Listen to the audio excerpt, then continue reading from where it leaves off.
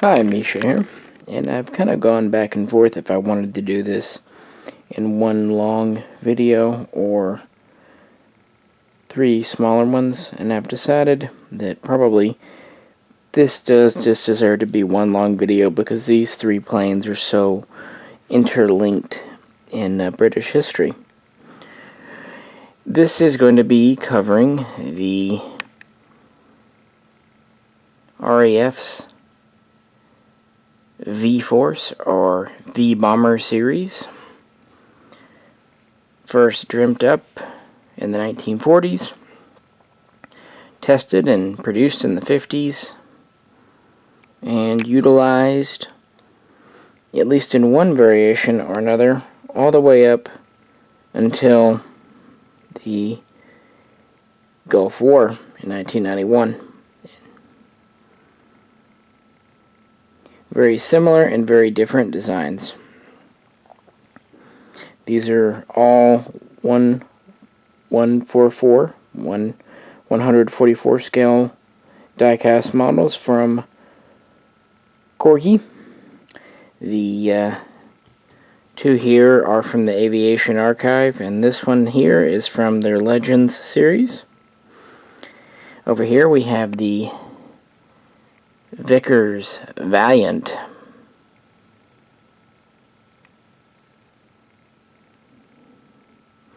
Here we have the Avro Vulcan. And finally, we have the Handley Page Victor. These were all conceived as strategic nuclear bombers, and it is very interesting that Britain produced three very separate bomber designs. We'll get into that. And they each have interesting service histories, interesting features, and some pros and cons of each. For example, the Valiant over here is a relatively conventional, although for the day and time, very modern design. The Victor down here is quite interesting. It's got a very interesting crescent wing shape to it. And of course, the Vulcan over here is a flying delta wing design.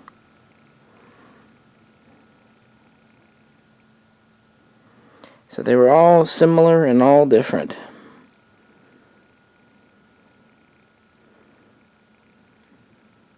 All 4-engine, crew of 5, initially designed for high speed, high altitude operations, but then later would be transitioned to low altitude operations. Also initially designed as bombers, later they would be used as reconnaissance vehicles and even refueling tankers. And quite a famous part of British bomber history, and they served alongside the English electric Canberra, which I do have a video on. So without further preamble, let's get into some specifics on the Vickers Valiant. You know, I just realized that I'm recording this very most of British videos on the 4th of July. It almost feels like sacrilege. But hey, we did do a very in-depth video for the main Mishaco channel. So if you're looking for 4th of July stuff, there you go. Plus, I probably won't publish this on the 4th. Rambling complete. The Vickers Valiant. This was the first of the so-called V-Force or V-Bombers to go into service, and actually the last to be ordered. Alright, So in 1944, 1945, the RAF was still using conventional 4-engine piston bombers, very large, very heavy. In fact, they adopted the Avro Vulcan at the end of the war, which was still very much in service afterwards. And they recognized quite quickly the value, necessity of nuclear bombs. Britain and America had worked together on nuclear ordnance, nuclear development during the war. But the Lincoln would not be sufficient to carry nuclear weapons. The nuclear weapons of the 1940s were extremely large and heavy. In fact, America had the design, the B-29, which I do have a video on, to carry it. Speaking of America, after the war, Britain kind of expected America would continue cooperation in the nuclear realm. They were wrong. In 1946, basically, America friend-zoned Britain when it came to nuclear weapons. They didn't share technology development, so on and so forth. Therefore, Britain kind of had to restart its own nuclear program, which it had early in World War II, but it kind of sidelined it and pulled its efforts with America. Well, that didn't work, so they had to kind of play catch-up. It's worth saying that they did it quite rapidly. The first nuclear test was done in Britain in October of '52, and the first bombs were delivered to the RAF in 1953. So they did catch up quite quickly. And of course, to deliver these bombs, they needed bombers. So discussions took place in 1946, and in November of that year, they set out an initial specification. The new plane had to be able to carry 10,000 pounds, going a round trip of at least 2,300 miles, and able to cruise at about 580 miles per hour, and have a ceiling of 50,000 feet. It was not to be armed, because they found that, machine guns on bombers were pretty much useless with new jet fighters. They figured the way to combat the new jet threat was to have a plane that could fly very high and very fast. So just outplane the plane. These are very ambitious specs for 1946. So much so that in 1947 they loosened a few of the requirements, namely to do with the range and speed. To that end, there was a conference in July of '47, and out of the aircraft designers that submitted designs, this would be chosen. The Avro, what would become the Vulcan. That was the primary choice for the new bomber. And as Britain has kind of wanted to do, a secondary choice was made with Handley Page in very late '47 for a backup design, which became the Victor. It's okay, we have a primary and a secondary design. Not bad, considering these are very new tech. Where does this come from? Well, Vickers, in a way, kind of led the way for the Valiant. They pretty much petitioned the government to have a more conventional, less modern, less radical aircraft selected. And the idea was this could be developed, tested, and flown and put into service well before the others. So initial requirements were drawn up, and then in 1948 the requirements were lessened again. They sacrificed some payload and other performance requirements, and therefore Vickers was able to propose the Valiant design, which was accepted in 1949 for 2 prototypes to be produced. the first of which flew in May of 1951, and quite successfully so. It's worth pointing out this naming convention.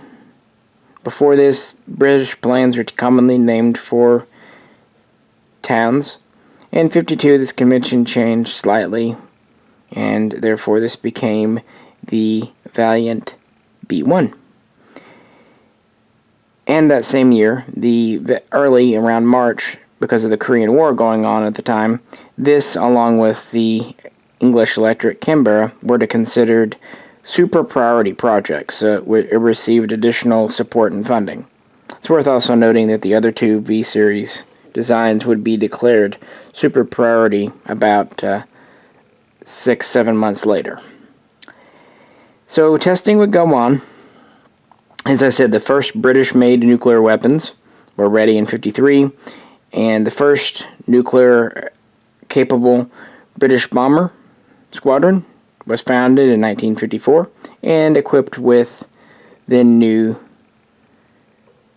Valiants. They were just going in. They were officially accepted into service in February of 1955 and quickly filled the ranks of the RAF. It's worth saying that by 1958 there were about 7 squadrons, active Valiants.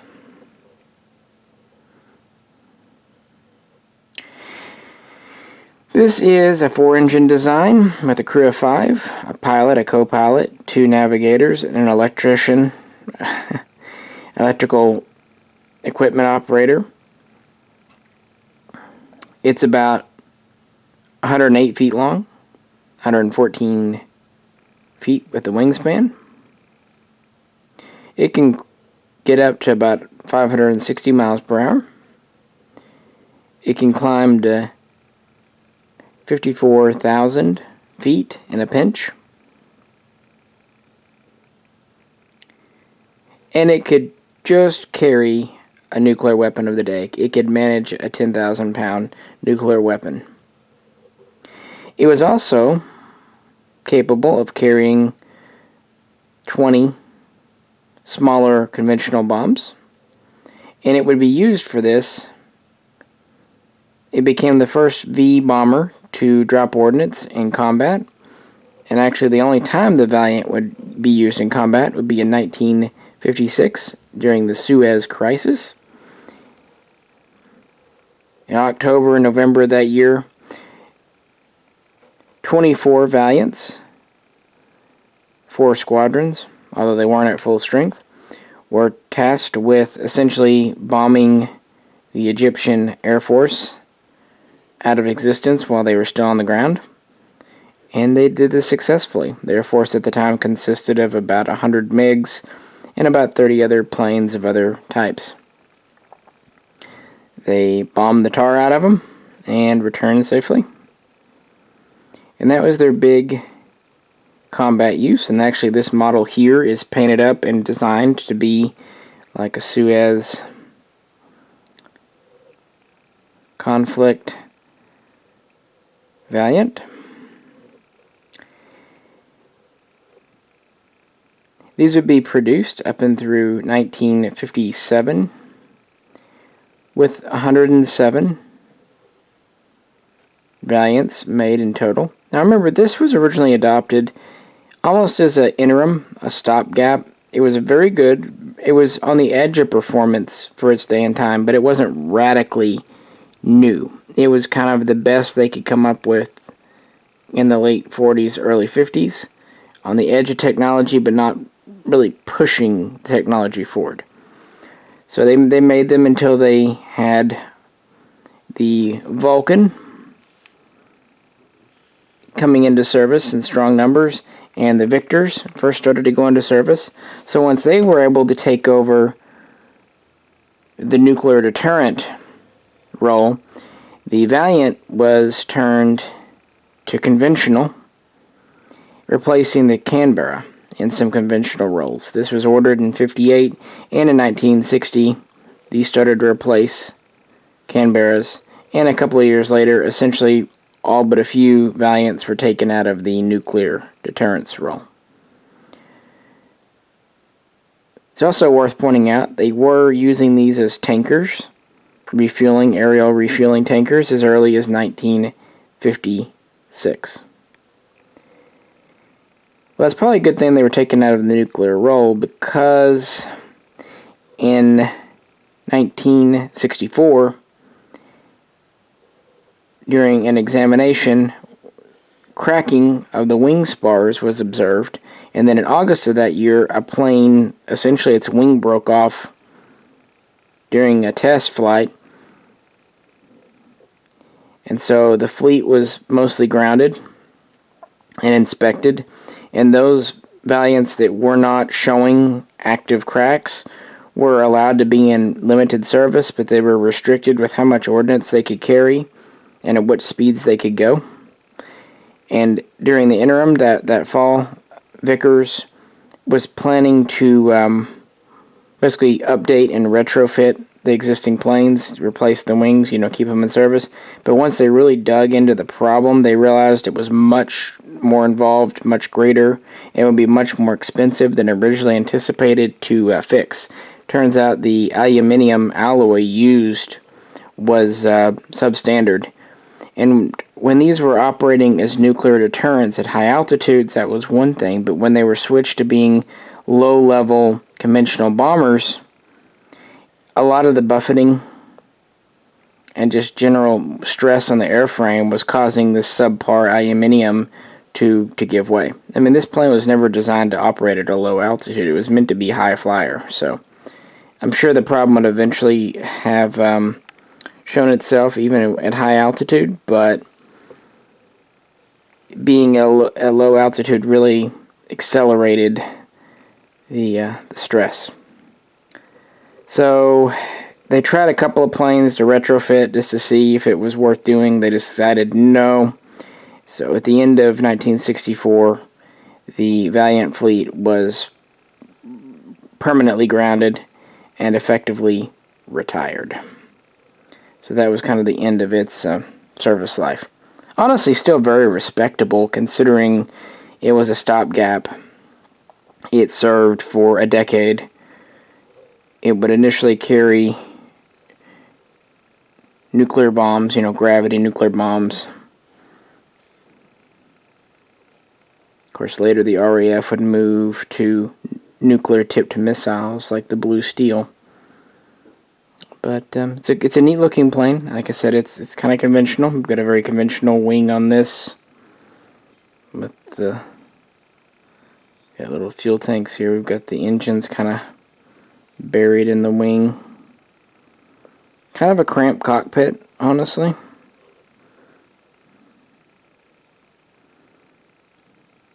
Very conventional tail. So it did meet the requirements of the B bomber, but just kind of on the edge. But it was, without this, Britain would have had to go without a nuclear deterrence for a couple of years longer. Keep in mind, they were on the front lines of the Cold War. Definitely if the Soviet Union, if that went hot, America would be hurt, but Britain would be hurt first and probably more completely. So you cannot blame them for that. It served well for what it was.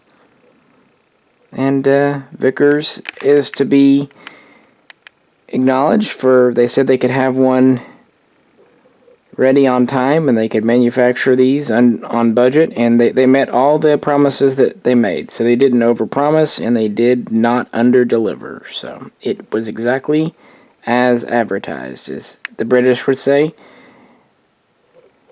as on the tin. Well, let's move on to the Avro Vulcan. So this was originally what the RAF kind of had in mind, and was the primary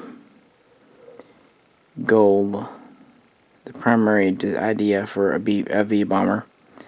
The Delta Wing actually was an early feature, and it has several aerodynamic and handling advantages. This was an extremely advanced jet for the late 1940s, and it took Avro quite a long time. Remember, they got started before Vickers did, and they did not have the first prototype ready to fly until 1952. And then it still took them some time in final development, troubleshooting, and this was ready to go and started to see service in 1956. It's actually a smaller plane, although since we have a solid wing, it doesn't really matter.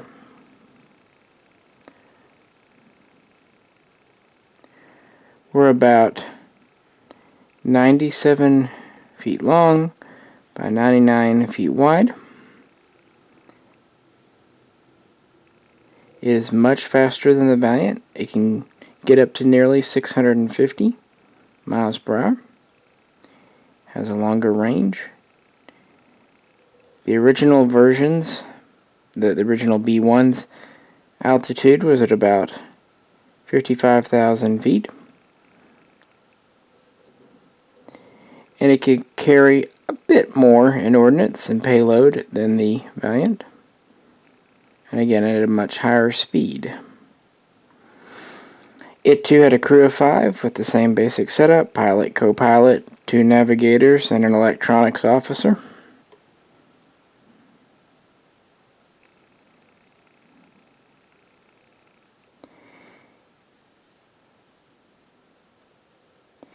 In the 1950s, as I said, the first nuclear weapons were delivered to the RAF in 1953-54, the first squadron. A Valiant would make the first test drop of a nuclear weapon in 56, and then the first unsuccessful use of a hydrogen bomb in early 57, and the first successful use of a hydrogen bomb in late 1957. However, they were projecting to have a V-force of about 144 planes when it was all said and done. And they only had a few dozen bombs.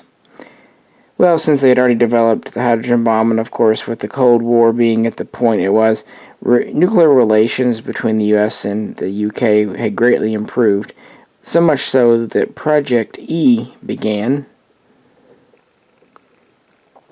which was basically the US loaning the UK nuclear weapons. Now, these weapons would still be owned by the USA and controlled by US officers, but they could be flown on British airplanes. There's a lot of caveats and security. You can look it up if you're interested. But the short of it is, in the late 50s, 56, 57, about half the nuclear weapons that Britain had on their bombers were actually American.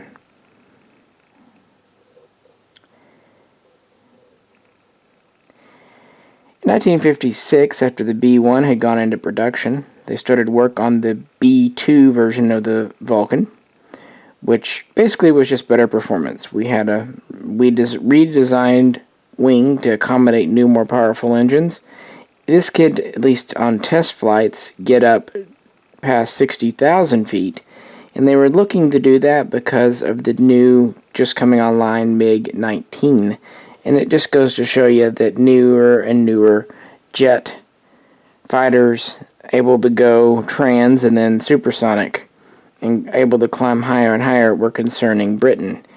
On top of that, Russian surface-to-air missiles were getting better and better every day. So they wanted to increase the speed and altitude of the V-bomber to try to keep it safe, because again it had no other real defenses. The first B-2s would be test flown in 58 and then soon replace the B-1 in service, and then the original B-1s would be retired out of the strategic nuclear fleet.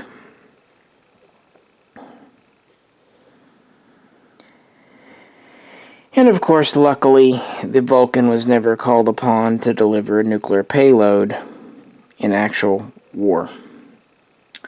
Well, in 58, as British industry was catching up making nuclear weapons, it was decided to basically end Project E and kind of go to the reliance on all British nuclear weapons by 1962. This happened, but in actuality, it wasn't until 1965 that the full transition had taken place. 1963, much like the Valiant before, the Vulcan, at least many squadrons, were turned into low altitude conventional tactical bombers. And thanks to this delta wing, this plane, while still designed to operate at high altitudes, actually fared much better at lower altitudes than the Valiant before it. So it would serve in this role through the 60s and 70s, and was slated for full retirement in mid-1982. But the Falklands War. So planes that were getting close to the end of their service were kind of updated and sent on Operation Black Buck, which was a series of 5 missions, at the time the longest range bombing missions, to attack various Argentinian military, strategic, and production targets.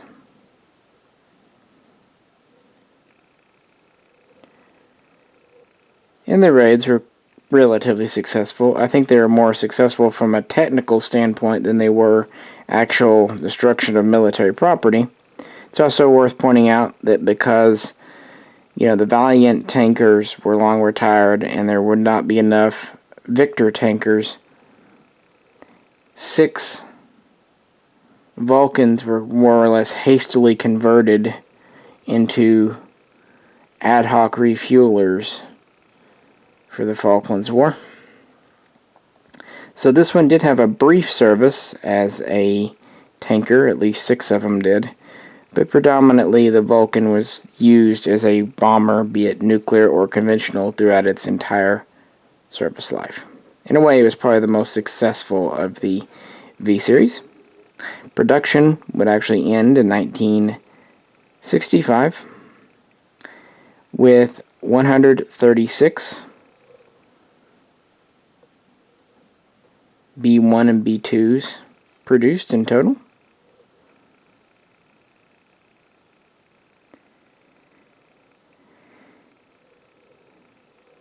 And of course, after the close of the Falklands War, plans to retire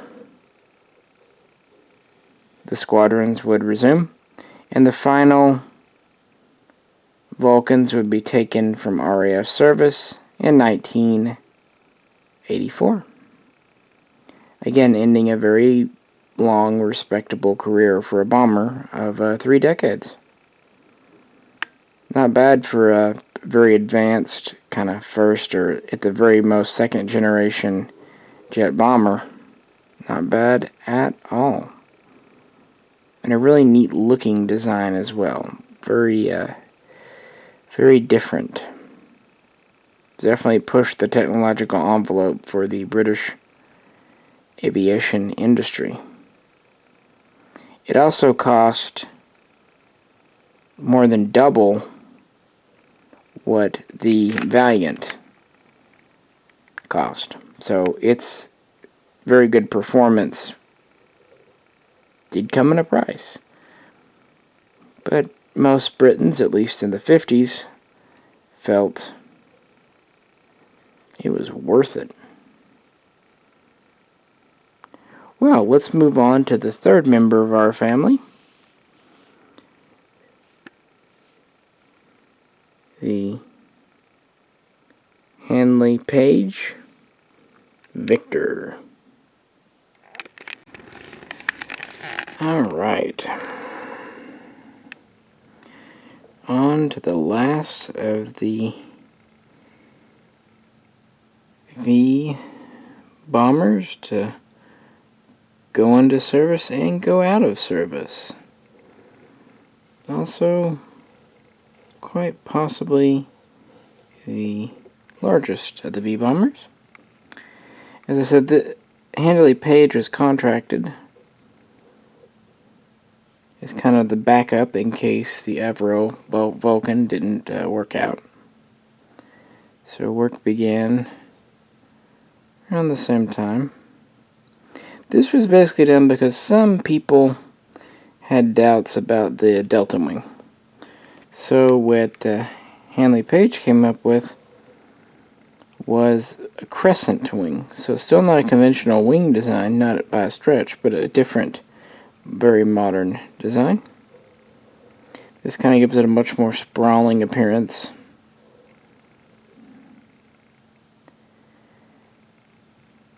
This would first test fly in late 1952. Told you it was 4th of July.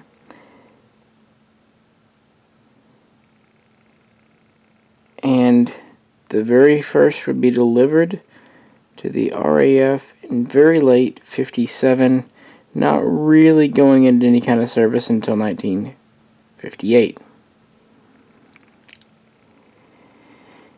It's about 115 feet long, with a wingspan of 110.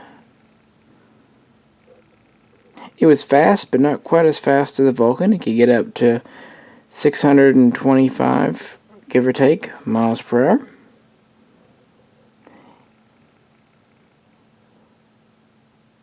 Initial versions could get up to about 56,000 feet, with later versions doing a little better.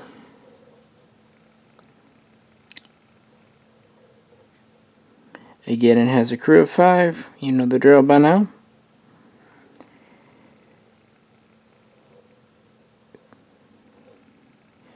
Probably its biggest difference, and where it did excel, even though it was a little slower, it had the most lift capability. It could carry the most payload. Quite a bit more than the Vulcan, and definitely more than the Valiant.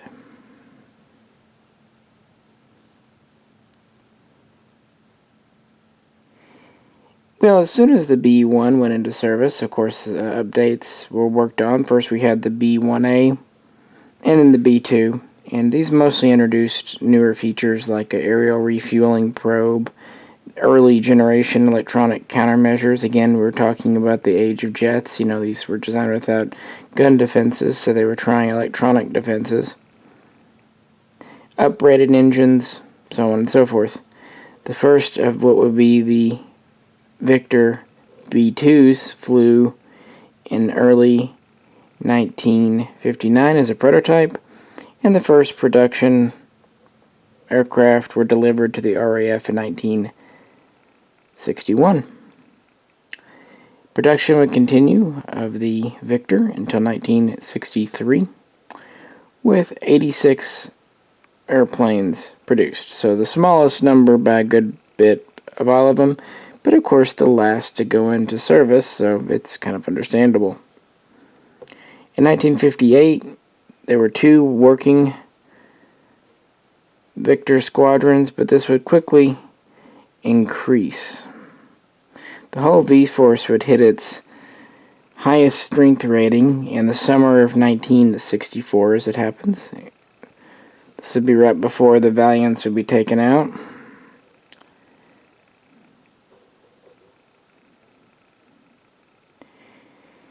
And once the Valiant was taken out, the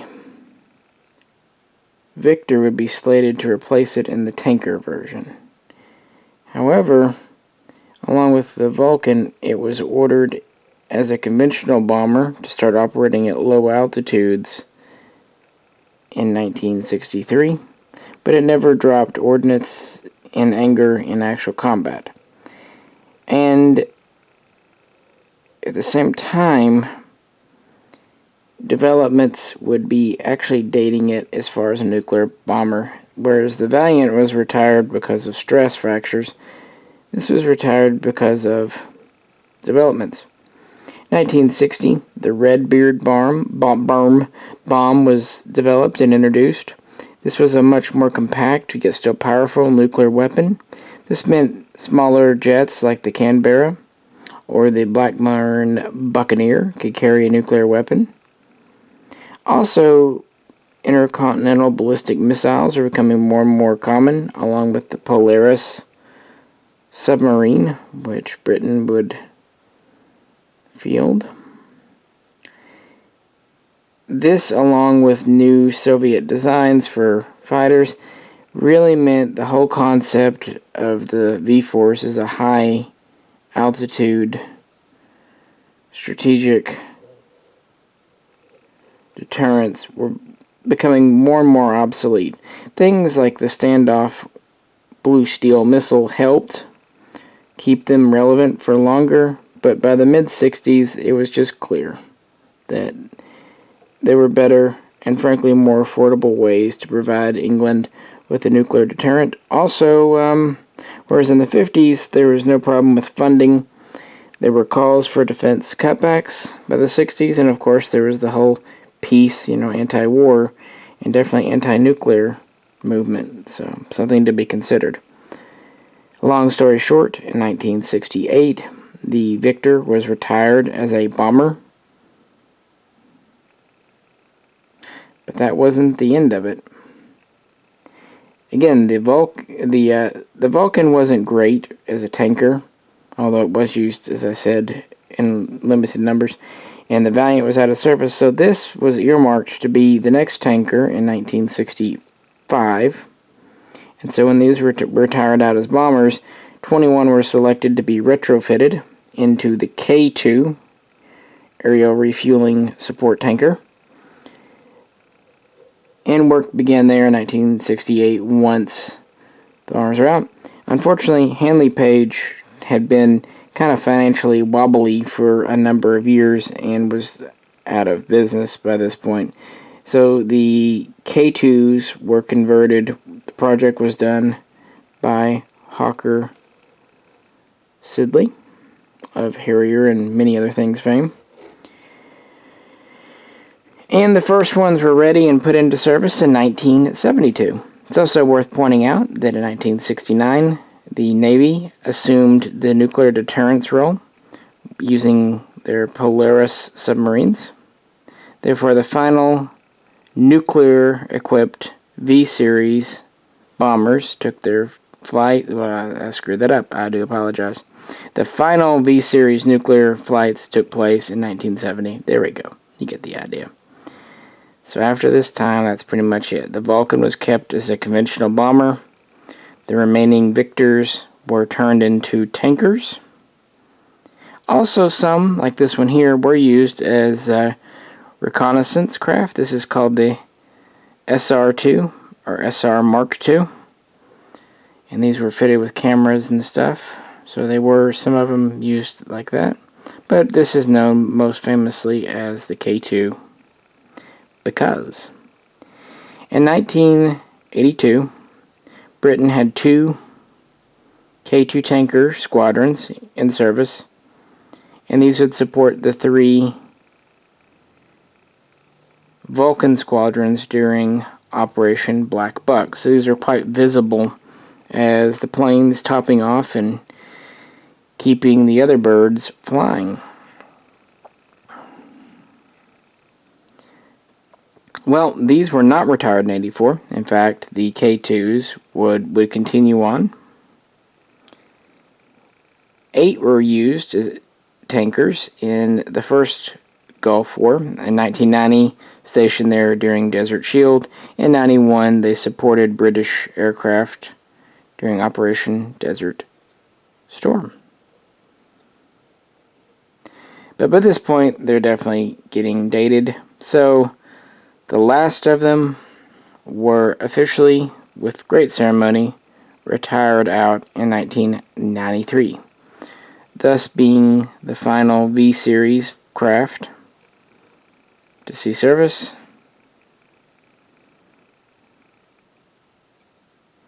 And kind of bringing to close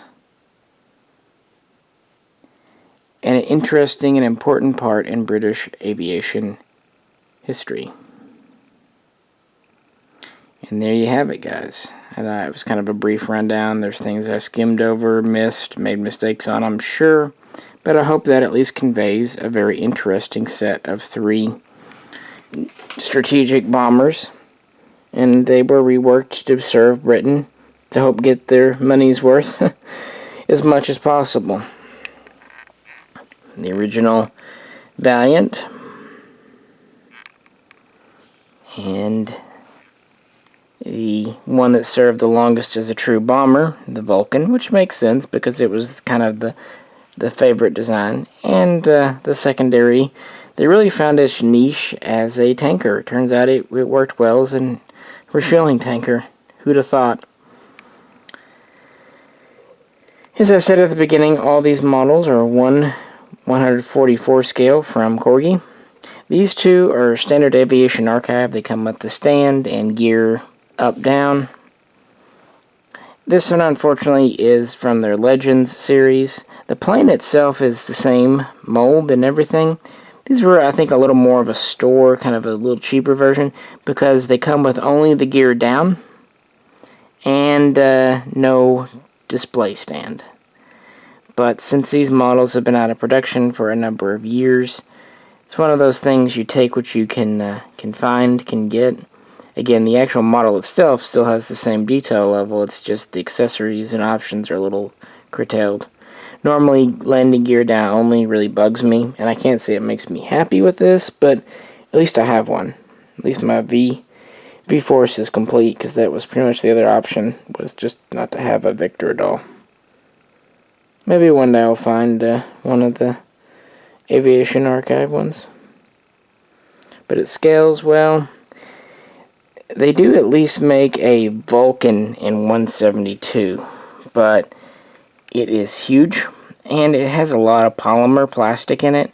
I like the 1/44 scale of this because it's basically entirely metal on this one. As is the Victor here, with just a few things being plastic. I think the tail is plastic, but the wings and body and all that are metal. Now the Valiant, because it's a little more detailed, it still has a good bit of metal, but it is a little more plasticky than it's probably the lightest of the 3. But there you go, just neat little models. If you haven't, you might want to check out my video on the Canberra Bomber, which served alongside these. And I have one on the Blackburn Buccaneer as well. Any questions or comments, please do post them below. Greatly appreciate you tuning in. If you could, like, share, and subscribe. This is Misha, and I'll catch you very soon next time.